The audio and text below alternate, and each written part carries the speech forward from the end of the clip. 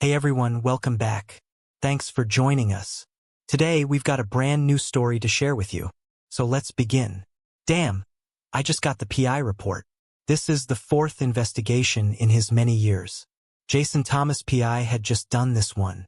I had used 4 different PI firms in the last 4 years using random cities, random times of the year, etc., thinking that my wife and her lover had fooled the previous ones.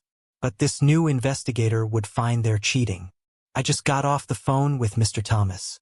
He told me that his people here and his associates in Dallas had surveyed both my wife Molly and John Decker for a week, both when they were at their office the first 4 days of the week, and in Dallas where they both attended a work seminar for 3 days. My wife Molly was the administrative assistant to John Decker, CEO of a fully owned subsidiary of a major international company. As admin assistant, she generally traveled with him and he traveled a lot. Mr. Thomas said he would send a written report. But in general, he found for the 4 days locally before they tripped to Dallas, they were followed and observed. They had lunch together all 4 days, then immediately returned to work. On the second day, the 2 of them stopped at a local bar after work. Each of them had 2 drinks.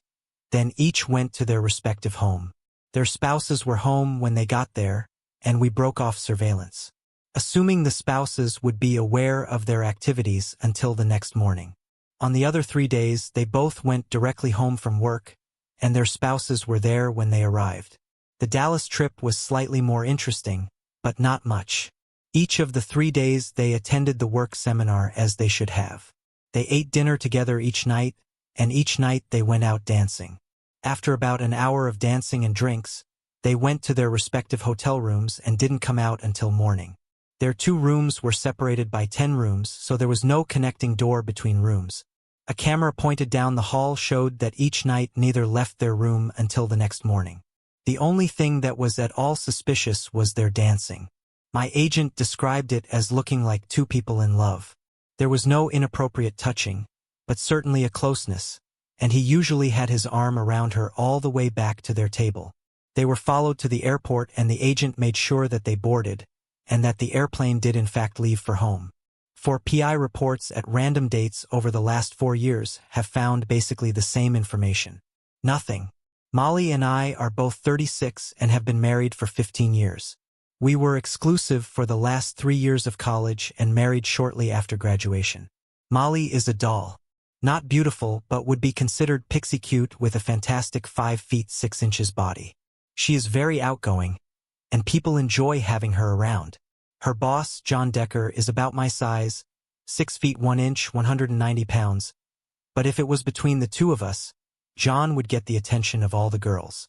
He is quite an attractive man.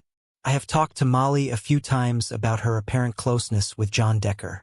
The first few times she said there was nothing between them except work.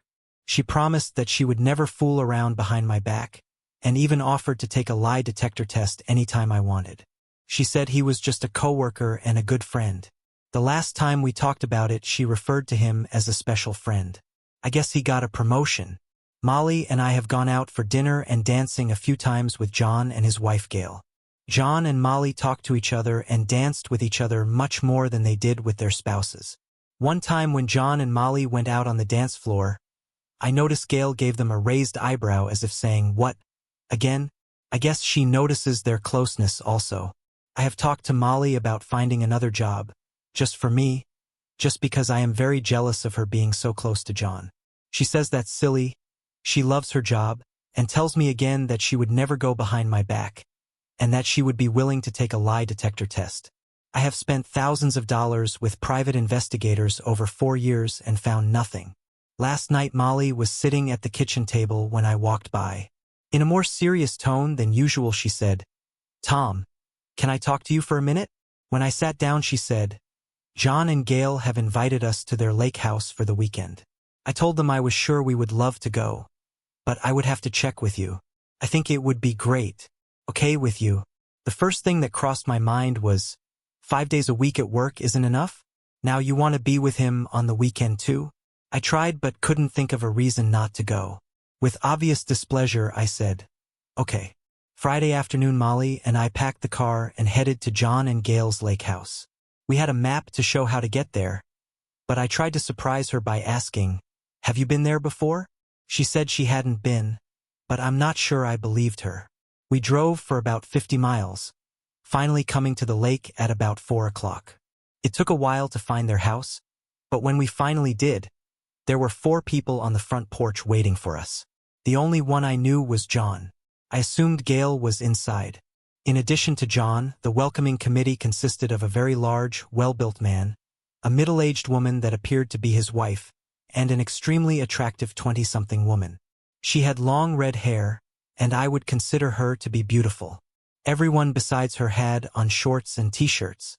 She had on a skimpy bikini. We parked and headed for the porch. After we were introduced to everyone, I asked John where Gail was. He said she wasn't there but gave no explanation as to why. It seemed a little strange that we came to visit John and Gail wasn't there. Probably because I had wondered for years about Molly and John's relationship. My spidey senses started getting active. Was John fooling around with this beautiful young woman? Did Gail find out? What does Molly know about this young lady? Molly didn't seem at all surprised to see her here. Molly and I were shown to our room. We dropped the small amount of luggage we brought, then joined the others in the great room. The building and the interior were very rustic and very large. I guess there were 5 bedrooms and as many baths. The very large man introduced himself as Larry something and asked if I would like a beer. I said sure, and he motioned for me to follow him to the kitchen. He seemed very intent on getting me into a one-on-one conversation, so I talked to him for 10 to 15 minutes. He was a very pleasant man, but after a while I was ready to join the others. Strangely, as we came back into the great room, he loudly announced, "We're back."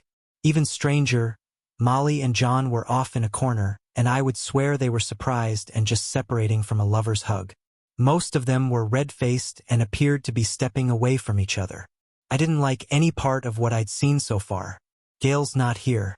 Larry seemed to want to keep me talking in the kitchen. Who was the young, gorgeous girl? Molly seems to have been in an embrace with John. I had to ask Molly what the hell was going on. So I started walking back to the kitchen and motioned for Molly to follow me. She had to see that I was at least confused and probably quite upset. Instead of following me into the kitchen, Molly stopped and asked John if there was some place private that Molly and I could talk. No one seemed at all surprised at this request. My spidey senses were flaming at this point. John pointed out a room we could use and Molly and I went in and closed the door. "Molly, what in the hell is going on?"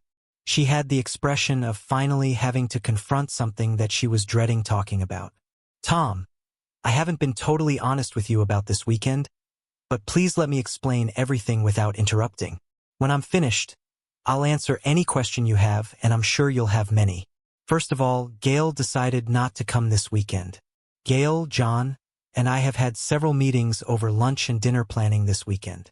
When I'm finished, I think you will see why you weren't invited to these meetings. Everything is basically Gail's idea, with some input from both John and me. John has accepted a promotion which will require a move to England. He and Gail will be moving in 2 weeks, as your placement will be a woman from the Cleveland office.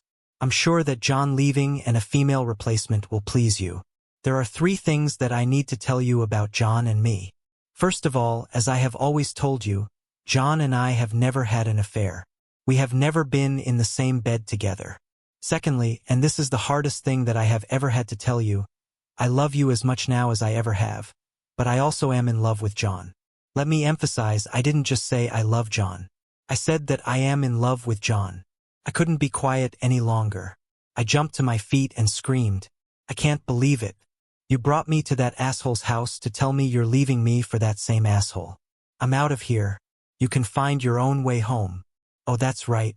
We don't have a home anymore. You're off to England with the asshole." I started to the door as Molly grabbed my arm and yelled, "Please, Tom, that is not at all what I said.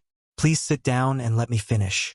I love you, and I'm not leaving you ever, ever.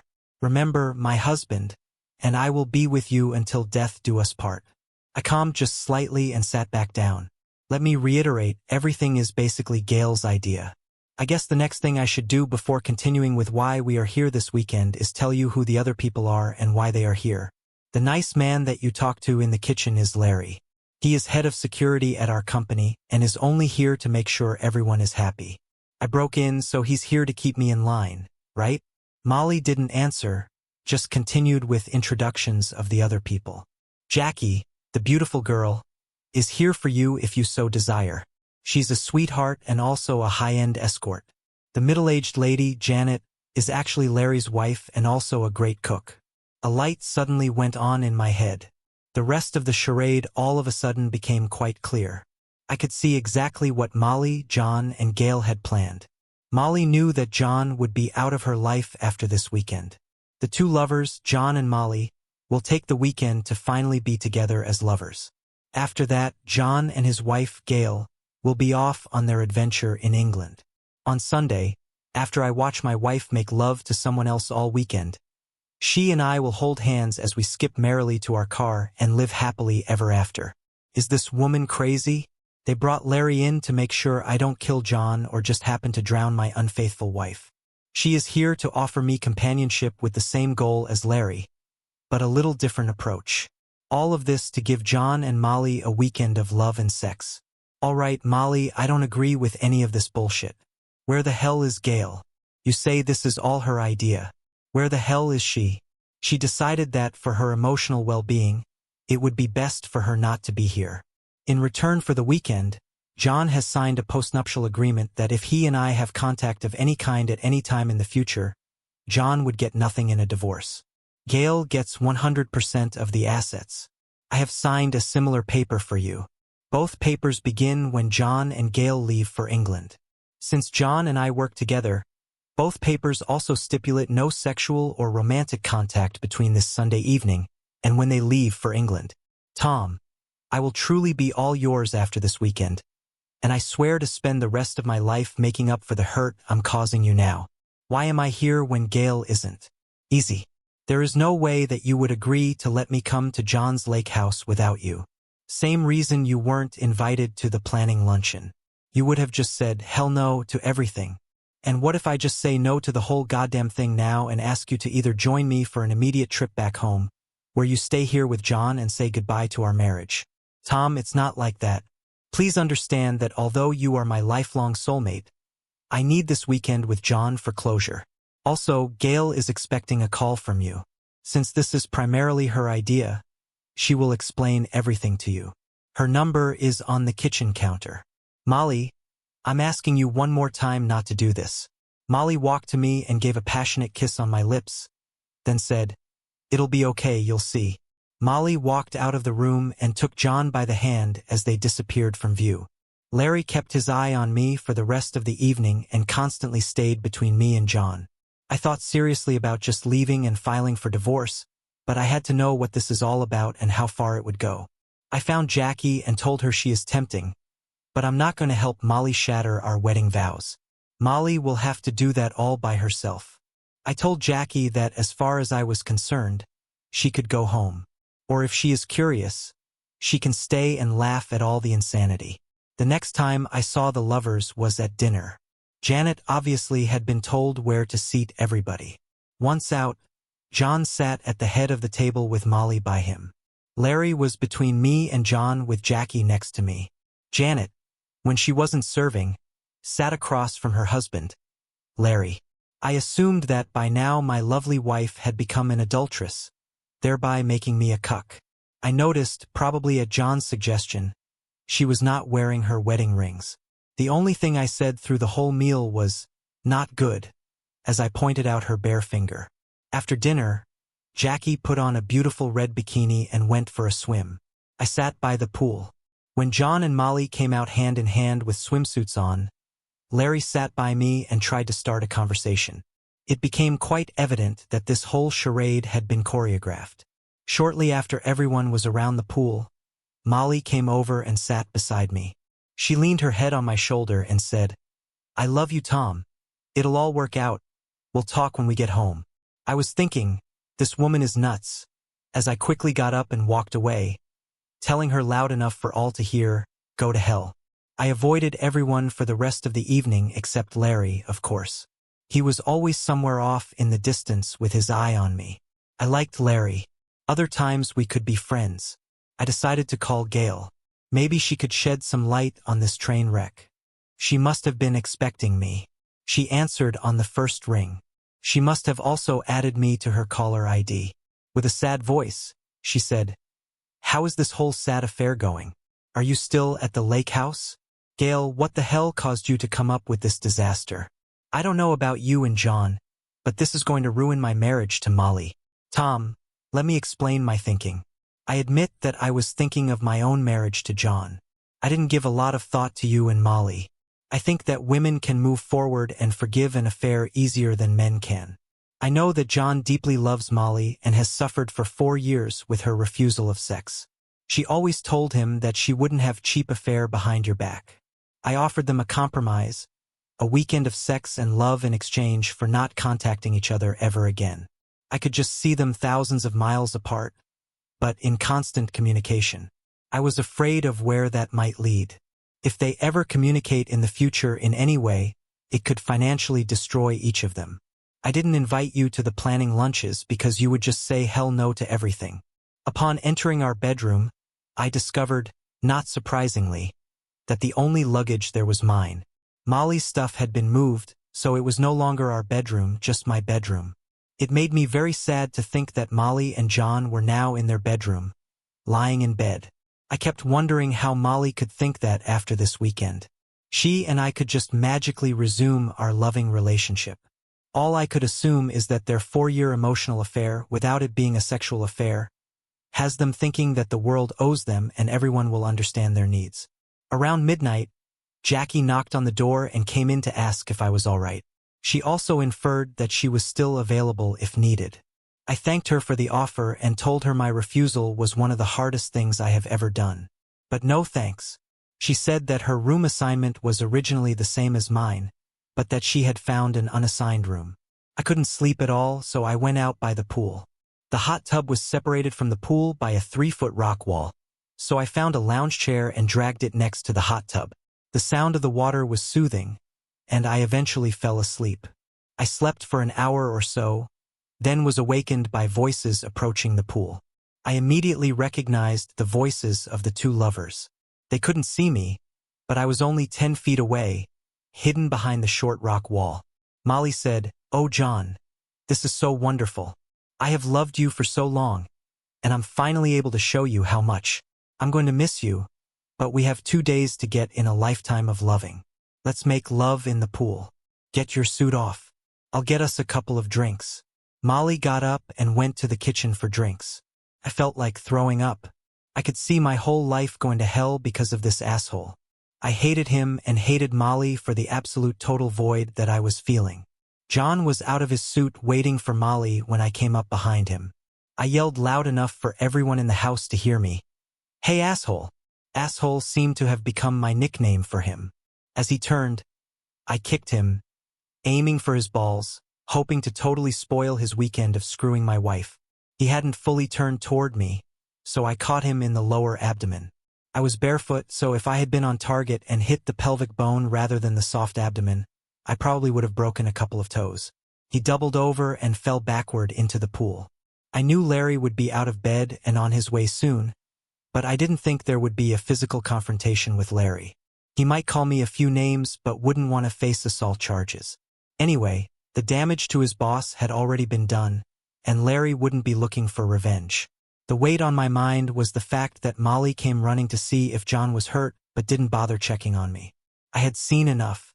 I got my bag, got in my car and headed home. I did one thing before leaving, though. I took my wedding ring off and left it on the kitchen counter. Molly would maybe understand just how much she had hurt me. I spent the rest of the weekend sitting at home in my recliner, staring at the TV. I really didn't pay much attention to what was on. My mind was busy with pictures of my lovely wife with that asshole, John. Since I had been to the lake house and knew the layout, I could picture them in various rooms, embracing with big smiles, kissing as they held each other overlooking the lake, and in bed together with him doing things only I should be doing. And her doing things that should be only for me. I wondered what she would say when she came home. If she came home, I really wish she wouldn't come home, but I don't know where else she would go. Sunday evening. A car pulled up and stopped in front of my house. It was John and Molly. They sat and held hands and talked for what must have been 15 minutes, occasionally kissing. Finally, he got out with the intention of coming around to open her car door. He apparently had asked Molly to wait and let him come around and open her door, obviously for my benefit. I think he forgot that the human body stiffens up after an injury, then a long ride. He was once again feeling it getting out of his door from the kick I had given him 2 days earlier. He needed to hold onto the 2 car fenders to work his way around to her side. He finally got to her side and opened her car door, looking quite uncomfortable. He helped Molly out of the car. It was more that Molly helped John help Molly out of the car. I was pleased that my parting shot at the lake house obviously had hindered their lovemaking. This was all for my benefit, to show me that he was giving her back to me after she had stayed with him when she had a choice of him or me at the lake house. They held each other like lovers, not caring what me or the neighbors might think. I had had enough. I opened the front door and took a step toward John. If you aren't out of here in 5 seconds, I'm gonna do more than just kick the shit out of you. John limped quickly back to his car and drove away. I walked back into the house and sat in my recliner. Molly hadn't even watched him drive away. She walked in the front door wearing a fake smile. "I'm home, honey." Her attitude seemed so ridiculous, acting like she was just coming home from an evening out with the girls. I just ignored her and turned up the TV. She came over and tried to kiss me, but I pushed her away. The only thing I said to her was, "You're in the guest bedroom from now on. I'm going to a lawyer tomorrow and start paperwork for a legal separation. Eventually, one of us will meet someone and want a divorce. But for now, we can coexist here. You can be free to replace your lost lover with whoever you want." I went back to watching TV. Molly started sobbing as she went up the steps. In one weekend, she had lost her lover and her husband. The very next day, I called my lawyer and started the proceedings. That evening, when I came back home, I saw Molly walk up to me and try to kiss me. My initial intention was to punch her in the nose, but I had to control myself. "I am back, and as I said earlier, I am all yours, so you are mine now." I looked at her. "Yes," she nodded. "And you will do anything I ask?" She nodded affirmingly. "Please stop breathing and die," I said and walked away. That night, I went into my bedroom and slept. Around midnight, she knocked on my door. "Tom, please talk to me.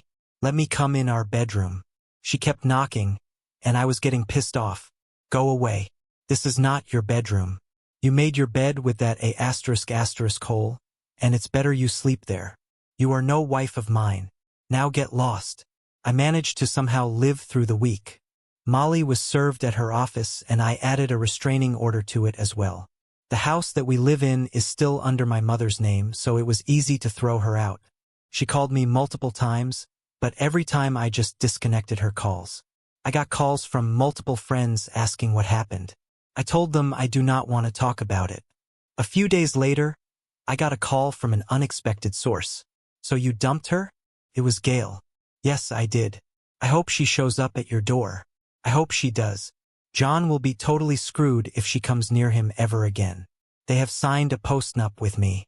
I don't believe in such nonsense. To me, they cheated and they are done. And since you were part of it, screw you. Don't ever call me again. I won't be nice to you next time." I hung up. I was divorced a few months later. I did have to split our money. This is better than being a C***K. I never heard from Molly ever again. I never intend to. I did not put myself on the dating market, and I have decided not to do that ever again.